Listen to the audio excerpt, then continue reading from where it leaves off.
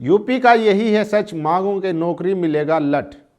संजय सिंह आम आदमी पार्टी से सांसद, उन्होंने एक वीडियो ट्वीट किया है जिसमें एक यूनिवर्सिटी के प्रोक्टर छात्रों पर लाठियां बाज रहे हैं।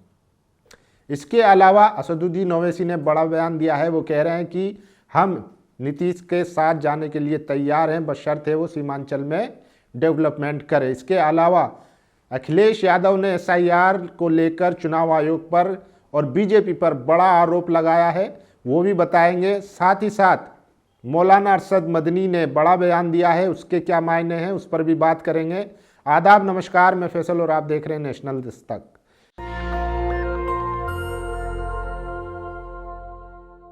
सबसे पहले देखिए यूपी में किस तरीके से छात्रों पर लठ बरसाया जा रहा है, वो तस्वीरें देख लीजिए। ये तस्वीर बताई जा रही है यूपी के इलाहाबाद विश्वविद्यालय की, जहां पर कुछ छात्र जो है वो आंदोलन कर रहे थे और वहां प्रोक्टर और पुलिस पहुंची और उन पर लठ बजाना शुरू कर दिया। इसीलिए संजय सिंह ने ये ट्वीट किया है वीडियो। आजकल वो यूपी में यात्रा कर रहे हैं बेरोजगारी और महंगाई को लेकर। देखिए, ये किसी चौराहे का झगड़ा नहीं है, ये यूपी में बेरोजगार नौजवानों की हालत है। इलाहाबाद विश्वविद्यालय जैसे प्रतिष्ठित संस्थान में एक छात्र को चीफ प्रोक्टर डंडों से पीट रहा है। यूपी का तो यही है सच, मांगोगे नौकरी मिलेगा लठ। तो देखिए छात्रों की ये हालत है, लेकिन यही छात्र जब चुनाव आते हैं, वोट देने की बारी आती है तो बीजेपी को भर भर कर वोट दे देते हैं। वहीं देखिए मौलाना अरशद मदनी ने एक बड़ा बयान दिया है। उन्होंने कहा है भारत में किसी भी यूनिवर्सिटी में मुस्लिम वाइस चांसलर का बनना लगभग नामुमकिन हो गया है, और अगर कोई बन भी जाए तो उसका अंजाम वही होगा जो समाजवादी नेता आजम खां के साथ हुआ, जेल। अल फलाह यूनिवर्सिटी का मालिक जेल में पड़ा हुआ है, कब तक पड़ा रहेगा कोई नहीं जानता, जबकि केस अभी पूरी तरह साबित भी नहीं हुआ है। तो मौलाना अरशद मदनी ने एक प्रोग्राम में ये बड़ा बयान दिया है। जिस तरीके से हालात भारत में खासकर माइनॉरिटी के लिए बनते जा रहे हैं, वो कहीं ना कहीं चिंता का विषय है। इसके अलावा और भी कई बातें कही है उन्होंने कहा साथ ही कि एक मुसलमान जब न्यूयॉर्क का मेयर बन सकता है, यूके में मेयर बन सकता है, लेकिन भारत में एक चांसलर तक नहीं बन सकता। बीजेपी आरएसएस जो उनके आइडियोलॉजिकल आइकन हैं, वो लोग पहले ही कह चुके हैं कि भारत में क्रिश्चियन और मुसलमानों को वोट देने का अधिकार भी नहीं होना चाहिए, यानी कि उनसे वोट देने का अधिकार भी छीन लेना चाहिए। अब जब आरएसएस 100 साल बाद सत्ता में आई है तो वो अपने काम पर लगी हुई है। तो मौलाना अरशद मदनी का ये बयान सबसे ज़्यादा वायरल है। और देखिए इन्हीं के भतीजे हैं महमूद मदनी, वो कहते हैं कि भारत जो है मुसलमानों के लिए स्वर्ग है। वहीं दूसरी तरफ उनके चाचा कह रहे हैं कि मुसलमानों के लिए आज बहुत मुश्किल है, एक वाइस चांसलर भी नहीं बन पा रहा है। एक बड़ी खबर आ रही है, कर्नाटक में पुलिस ने एफआईआर मामला दर्ज किया है। एफआईआर दर्ज की है चुनाव अधिकारियों के खिलाफ। महादेवपुर विधानसभा में राहुल गांधी ने वोट चोरी का मामला उठाया था, प्रेस कॉन्फ्रेंस की थी। उसके बाद कर्नाटक पुलिस ने एक एफआईआर लॉन्च की है। देखिए बड़ी खबर कर्नाटक से आ रही है। 2024 के लोकसभा चुनाव से पहले महादेवपुरा विधानसभा क्षेत्र की मतदाता सूची में बड़े पैमाने पर फर्जी मतदाताओं के नाम शामिल करने की शिकायत के बाद यहां पुलिस ने चुनावी धोखाधड़ी का मामला दर्ज किया है। एफआईआर के अनुसार अज्ञात अधिकारियों और निजी व्यक्तियों ने निर्वाचन क्षेत्र की मतदाता सूची में धोखाधड़ी से फर्जी नाम डाल दिए हैं। यकीनन इसकी जद में चुनाव अधिकारी और भी वो लोग आएंगे जिन्होंने इस चोरी को अंजाम दिया। विनोदा ने कहा कि 2024 के लोकसभा चुनाव के दौरान बेंगलुरु सेंट्रल संसदीय क्षेत्र के तहत महादेवपुरा मतदाता सूची में बड़ी संख्या में फर्जी मतदाताओं को जोड़ा गया था, जिसके बारे में उन्होंने दावा किया है कि ऐसा प्रतीत होता है कि जनता के जनादेश को तोड़ मरोड़ कर पेश किया गया। मैंने जैसे ही एफआईआर खोला, पड़ोस में गाना बजने लगा, वोट चोर गद्दी छोड़। तो देखिए इस वक्त की सबसे बड़ी खबर, चुनाव आयुक्त के कई अधिकारियों के खिलाफ जो है वो एफआईआर दर्ज हुई है कर्नाटक में। तो क्या राहुल गांधी जो कहते हैं कि चाहे रिटायर हो जाएं, जो अधिकारी बेईमानी कर रहे हैं हम उनको छोड़ेंगे नहीं, और उसकी शुरुआत कर्नाटक से हो चुकी है। और देखिए ओवैसी ने बड़ा ऐलान किया है। वो कह रहे हैं हम नीतीश कुमार की सरकार का समर्थन को समर्थन देने को तैयार हैं, लेकिन सीमांचल को न्याय मिलना चाहिए। विकास सिर्फ पटना और राजगीर तक सीमित नहीं रहना चाहिए। सीमांचल आज भी नदी कटाव, भारी पलायन और भ्रष्टाचार जैसी समस्याओं से जूझ रहा है। सरकार को इन मुद्दों पर गंभीरता दिखानी होगी। तो असदुद्दीन ओवैसी ने बड़ा ऐलान किया है। क्या वो एनडीए को समर्थन दे सकते हैं या सिर्फ नीतीश कुमार को समर्थन देंगे? क्योंकि जो कयास लगाए जा रहे हैं कि अगर आने वाले दिनों में बीजेपी नीतीश के साथ कोई खेल करती है तो वो महागठबंधन के साथ मिलकर अपनी सरकार बिहार में बना सकते हैं और साथ ही साथ केंद्र में भी वो महागठबंधन की सरकार बना सकते हैं, नायडू को अपने साथ लेकर। तो इस बयान के क्या मायने हैं ये भी आने वाले वक्त में पता चल जाएगा। लेकिन इतना तय है कि ओवैसी ने अगर कुछ कहा है तो वो दूर की कोड़ी फेंकते हैं, इसलिए वो जानते हैं क्या इशारा दे रहे हैं वो नीतीश कुमार को। क्योंकि जिस तरीके से मंत्री जो कैबिनेट में जो बंटवारा हुआ है उसको लेकर भी सवाल उठ रहे हैं कि बीजेपी ने जो अहम मंत्रालय है गृह मंत्रालय उसको कब्जा लिया है और नीतीश कुमार को सिर्फ जो है वो डमी सीएम बनाया गया है।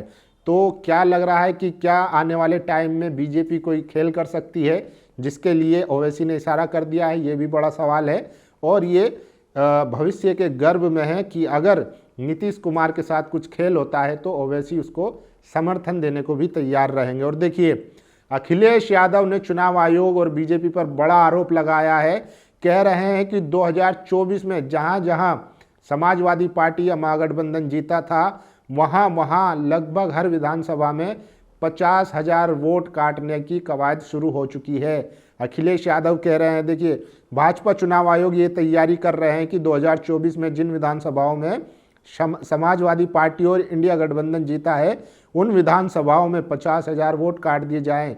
तो आज अखिलेश यादव ने प्रेस कॉन्फ्रेंस करके ये गंभीर आरोप लगाया है। लेकिन सवाल वही है कि फिर आपके जो आपने पीडीए प्रहरी बनाए हैं वो क्या कर रहे हैं? क्या वो बूथ लेवल पर नज़र रखे हुए हैं कि ऐसी किसी भी धांधली को रोका जाए? तो सिर्फ देखिए जैसे बिहार में हुआ, आरोप सबने लगाए लेकिन उसका तोड़ नहीं निकाला, जिसका नतीजा हुआ बिहार में क्लीन स्वीप। तो अगर इसी तरीके से ये भी ज़रूरी है, लेकिन आपको ज़मीन पर रहकर भी उन चीज़ों को पकड़ना होगा और दुरुस्त करवाना होगा, अन्यथा आप प्रेस कॉन्फ्रेंस करते रह जाएंगे और बीजेपी अपने जो उसका एजेंडा है उसमें कामयाब हो जाएगी। और देखिए, धोखा नीतीश जी को नहीं बल्कि अति पिछड़ा समाज को मिला है। जिन लोगों ने नीतीश जी को सोचकर वोट किया उन्हें ये जान लेना चाहिए कि अब गृह मंत्रालय और कानून व्यवस्था नीतीश के पास नहीं बल्कि बीजेपी के पास है। नीतीश कुमार सिर्फ दिखाने के लिए मुख्यमंत्री हैं। तो देखिए, उनसे अहम जो है गृह मंत्रालय ले लिया गया है। इसके अलावा एक और हैं, यादव जी हैं, सबसे ज़्यादा मंत्रालय उनके पास है। नीतीश कुमार पर सवाल उठ रहा है कि उनको डमी सीएम बनाया गया है। इसीलिए ऐसे में ओवैसी का बयान आना कि हम नीतीश जी को समर्थन देने के लिए तैयार हैं, बशर्त है कि वो सीमांचल का ख्याल रखे। तो क्या वो भी एक बड़े राजनीतिक उलटफेर की तरफ इशारा कर रहा है? बिहार में आने वाले दिनों में अगर ऐसा कुछ होता है तो क्या नीतीश कुमार फिर से खेला करेंगे? ये भी बड़ा सवाल है। और देखिए, अक्सर सवाल होता है मुसलमानों से कि मुसलमान ओवैसी की तरफ जा रहे हैं, ओवैसी की तरफ जाएंगे तो आरएसएस मजबूत होगी, बीजेपी मजबूत होगी, लेकिन मुसलमान करे तो क्या करे? अब देखिए, खबर आ रही है कि एक जगह पर भोपाल में अकबरपुर में कांग्रेस के नेता कब्रिस्तान पर गौशाला बना रहे हैं। जब इंसान आपको वोट दे रहा है तो वो आपसे उम्मीद करता है कि आप उसकी जान, उसके माल, इन सब की हिफाजत करें, सुरक्षा मुतय्यन करें। लेकिन आप ही के नेता कांग्रेस के जो आरएसएस विचारधारा से आते हैं, राहुल गांधी खुद कहते हैं कि आरएसएस के स्लीपर सेल कांग्रेस में मौजूद हैं, तो वो जब इस तरीके की हरकत करते हैं, कब्रिस्तान पर कब्जा कर गौशाला बनाई जा रही है, तो फिर मुसलमान ओवैसी की तरफ जाता है तो फिर आपको दिक्कत नहीं होनी चाहिए। एक तरफ आपके नेता कहते हैं कि हम सबका साथ सबका विकास मोहब्बत की दुकान खोलेंगे, वहीं जब मुसलमानों की बात आती है तो आपकी सरकार हिमाचल में एक मस्जिद में नमाज पढ़ने नहीं दी जाती। कांग्रेस की सरकार है, लेकिन उसके बावजूद भी वहाँ पर अतिवादी इतने मजबूत हैं कि वो नमाज को बंद करवाने में सफल हो जाते हैं। पुलिस और प्रशासन पर इतना दबाव होता है कि वो उन पे लगे मुकदमे भी वापस ले लेती है। तो आप सोचिए कि आप जो है डिसाइड ही नहीं कर पा रहे कि आप संविधान के साथ हैं, सेक्युलरिज्म के साथ हैं, या फिर सच्चे लोकतंत्र के साथ हैं, या फिर आपको भी सॉफ्ट हिंदुत्व की राजनीति करनी है। तो ये सबसे बड़ा सवाल है। भोपाल अकबरपुर कांग्रेस नेता अश्विनी श्रीवास्तव मुसलमानों के कब्रिस्तान पर जबरन कब्जा करके गौशाला बना रहा है। हेलो शायर इमरान, कुछ बोलोगे? तुम्हारे नेता मुसलमानों के कब्रिस्तान पर कब्जा क्यों कर रहे हैं और वहाँ गौशाला का निर्माण क्यों हो रहा है? जब यही सब होना है तो मुसलमान क्यों ना वो डायरेक्ट बीजेपी को वोट दे दे। बीजेपी भी तो यही करती है। अगर मस्जिदों में नमाज पढ़ना बंद करवा देना है तो डायरेक्ट मुसलमान बीजेपी को ही वोट कर देगा। इससे बेहतर है आपको क्यों वोट दे।